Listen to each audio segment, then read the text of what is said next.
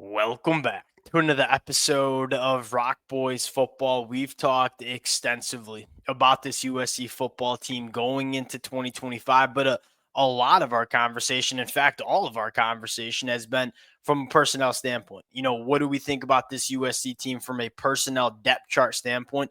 We haven't really looked at the schedule for USC going into 2025. Now, it is far too early to make an official prediction in terms of what this USC team is going to do in 2025. That's largely for two different reasons. Most notably, you got a quarterback battle, and you kind of want to hear what you have coming out of spring practice, specifically in the quarterback room. And I think just as importantly, arguably more importantly, I expect USC to be one of, if not the biggest players in the spring transfer portal window. Now, why might you ask? Because they got a brand new front office. And we haven't really seen that front office operate in the transfer portal because most of these hires were made in early February. We've seen USC just move and feel different on the high school recruiting trail over the last couple of weeks. I would not be surprised in the slightest if this front office gets extremely aggressive, reshaping this roster in that spring transfer portal window as well. There's a really good chance that we're just talking about this USC team completely different in 2 months than as we're talking about this team right now. And so we're not going to get into an official prediction, but I do want to preview what this schedule looks like. And there's three things that jump off to me right off the bat. And I think it's most notably there's a misconception around USC heading into 2025. I think there's a lot of casual college football fans out there that look at USC in 2024 and say 7-6, that team was not very good. Then you look at all 6 losses were one-score games. I believe out of the 5 out of the 6 losses, USC was winning in the fourth quarter, had a lead in the fourth quarter against some really good teams like Penn State, like Michigan. A lot of people think this USC team is really far off when they're really not going into 2025. The second thing is, look, it's not an easy schedule. You go on the road at Illinois. You got Michigan coming to USC. Then you go on the road at Notre Dame. You have a road game against Nebraska. You have a road game against Oregon. And that's 5 games that are extremely difficult on the schedule going into 2025. But I think the last thing that stands out, the favorable thing that stands out for USC, and that is you get a really easy start to your season. If USC is anywhere near as good as I think they can be in 2025, Missouri State, Georgia Southern, at Purdue, Michigan State, those should be wins. You should be 4-0 with a lot of momentum going on the road to play Illinois. Why is that so big? You can go get that 5th win against Illinois going into your bye week before you play Michigan and go on the road at Notre Dame. That kind of just changes the feeling around this USC team in 2025, especially when you talk about potentially starting a freshman quarterback in Hassan Longstreet. I know Jaden's probably the leader in the clubhouse to win the quarterback job going into 2025, and he very well might be the quarterback one. I think there's a really good chance Hassan Longstreet's that guy too, and having that kind of easy runway in the month of September, I think it's going to be really big for kind of ironing out the kinks and getting Hassan Longstreet's feet wet if he does win that starting job coming out of fall camp. Want to get into the schedule a little bit more nitty-gritty before we do, and as always, the USC fans, let it fly in the comment section. I know that there will be some USC fans that are frustrated with some of my takes on these games. Let it fly in the comment section. The USC fans, y'all, whether I've been really critical of this program at times, whether I've been giving this program their flowers, which we certainly have been doing the last month, the amount of support y'all have shown the boys, whether we agree or disagree, it really does mean the world. Appreciate you guys. If y'all do enjoy the content, consider subscribing to the channel. Much more importantly, we're going to have a lot to talk about over the next couple of weeks with this USC team on the recruiting trail. Without further ado, let's get into it. And let's start with just kind of breaking up this schedule in terms of, hey, well, how do we feel about this game? And let's start with the 2 games that I don't think USC is favored in as we speak right now. That is on the road at Notre Dame, on the road at Oregon. 2 extremely hostile environments, 2 very good football teams that I expect to be very good in the 2025 year. Now, again, that want to preface and really emphasize that this very well could change over the next couple of months. Notre Dame, they have a new defensive coordinator coming in. They also have a quarterback battle that you kind of have three quarterbacks that you're monitoring. You don't really know what that quarterback room is going to look like, and the offense is going to be significantly different than what we saw in the 2024 year, which could be good, which could be bad. But at the end of the day, they don't have a Riley Leonard where they can kind of really grind that run game with Riley like they did in 2024. There's going to be a change in terms of how Notre Dame operates offensively.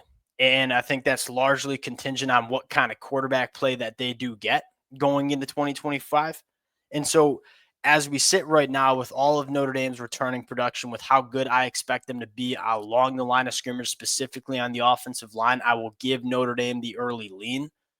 This this could change in a big way in the next couple of months. And then on the road at Oregon, obviously very hard place to play. I know the USC fans do not like to see that game highlighted in red. The way I look at it right now, I have more confidence than most in Dante Moore. Yeah, I think a lot of people look at Dante Moore in the 2023 season as a true freshman playing for a UCLA team that was absolutely miserable around him and just write him off. At the end of the day, Dante Moore is an extremely talented quarterback that now is going to be starting at Oregon after a year of kind of learning from Dylan Gabriel with a good offensive line, with good pass catchers on the outside, with an offensive coordinator in Will Stein that is proven to get the best out of quarterbacks, both with Bo Nix and Dylan Gabriel. I got a lot of confidence in Dante Moore in Oregon. But once again, that conversation could change in the next 2 months.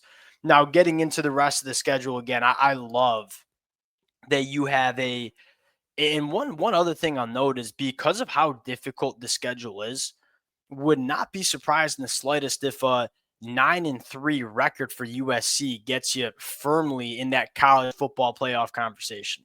Now, all right, getting into the schedule, and at the end of the day, I probably should add this too. I want to see USC prove it to me on the football field. And teams like Notre Dame and Oregon, coming off the seasons that they had in the 2024 year, they just have proven that they're going to win football games when it matters the most. And USC and Lincoln Riley, I think USC fans probably agree with this.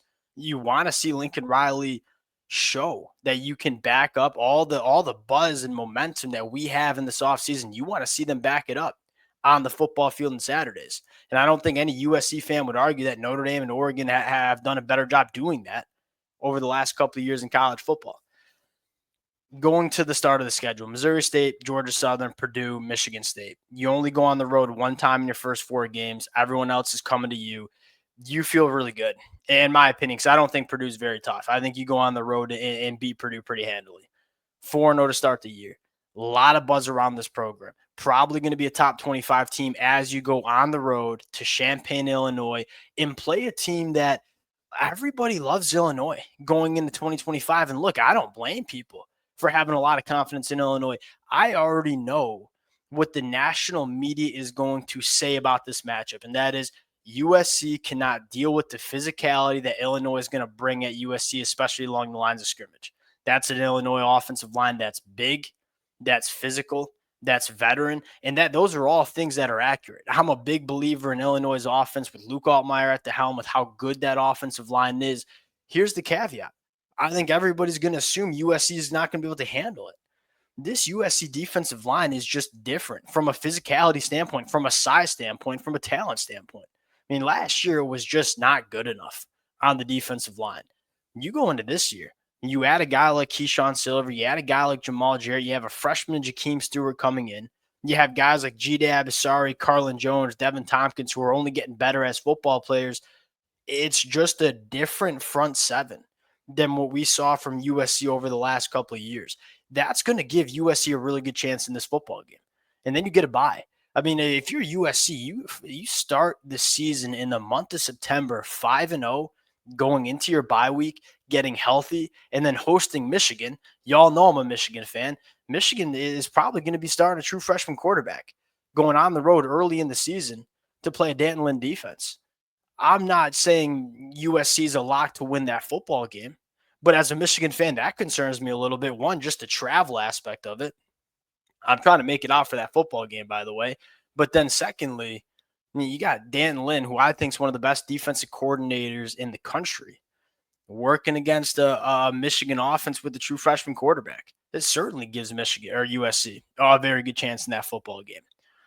On the road at Notre Dame, that's a tough one. And again, if USC is undefeated in that game or throughout this early portion of the schedule going on the road to Notre Dame, we'll kind of see how that plays out. As we sit right now, you probably favor Notre Dame going into another bye week. Then you go on the road to Lincoln, Nebraska, which I think USC should be the better football team going on the road.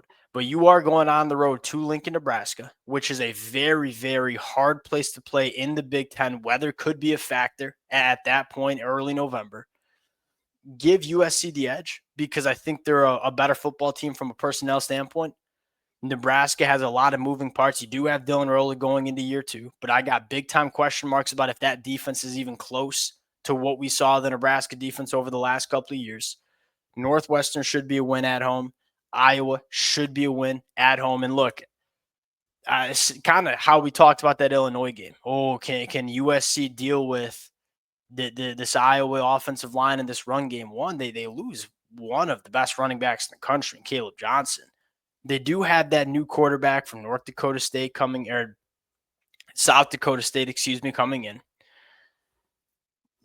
Look, we've seen a lot of Iowa quarterbacks come in and out of that program over the last couple of years. It hasn't changed the offense. And so I don't know if this year is going to be the year that all of a sudden they got another new quarterback, the Iowa offense explodes. In my opinion, I just look at it and say I have more confidence that Lincoln Riley can put more points up on the board than this Iowa offense can.